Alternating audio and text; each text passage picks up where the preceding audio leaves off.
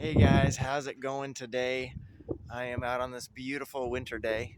It doesn't happen very often up here in Sturgis that you can get out this time of year, but it is a brisk, about 30 degrees, but it's sunny, beautiful, the roads are dry, and had the opportunity to bring out a Honda Rebel 1100 DCT. Actually, my first time riding the DCT, which is dual clutch transmission if you're not familiar. And you can get them with a clutch with 6 speed, but never ridden one with the DCT, so I thought I would take it out and try it. And it is different. I don't know that I love it, but I could certainly see how it can be great for some people. This is a cool cruiser type bike.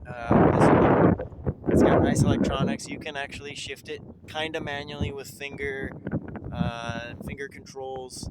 It's got a full digital display. This particular one has had the factory mirrors changed, so they're handlebar mounted mirrors, and this one has an exhaust on it. And I'm going to do the walk around. This is Honda's 1100, so it's got plenty of power in kind of a minimalist chassis. Not a ton of wind protection, but still fun to ride. And without further ado, let's get into this walk around. The 2022 Honda Rebel 1100. This one's an all blacked out, or dark, I should say, because technically, if I get up close, you can see it's actually like a dark gray metallic, which is actually really pretty in the sun. But this is Honda's 1100. You can see it tells you right there. Chain drive, dual rear shocks with piggyback style reservoirs on it. This particular one's set up with a back seat and a little backrest, little rack on the back, which is an accessory. It was added by the previous owner. And I do want to thank Sturgis Motorsports for letting me bring this out.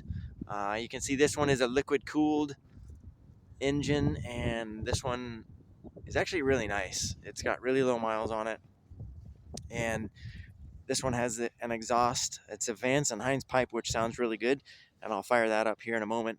But you can see it's pretty sharp looking and pretty complimentary to the bike, because I know Honda exhausts normally are pretty quiet. And you can see here, it even tells you that. Really nice parallel twin single rotor on the front, which I'm a little bit surprised at. But it's got LED lights.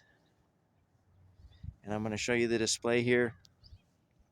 It's interesting though with the DCT, you have to be kind of aware.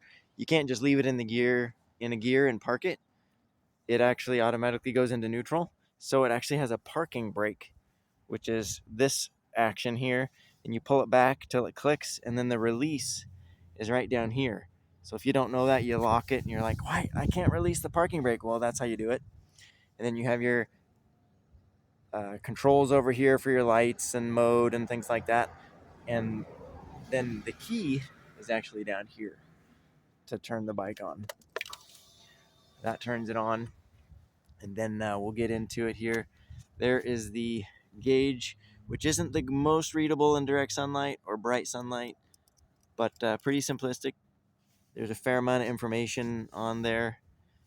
And then your transmission activation is here to drive or neutral, and then R and M, which actually will let you select if you want it to be manually shiftable or not once it's running. And here, I'll fire this up.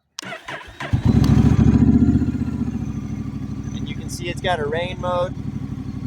It has traction control and ABS, but you can hear that exhaust.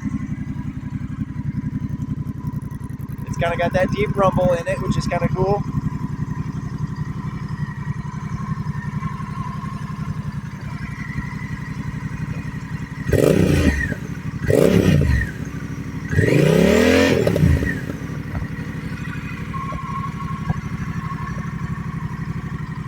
That is the 2022 Honda Rebel 1100 brief walk around.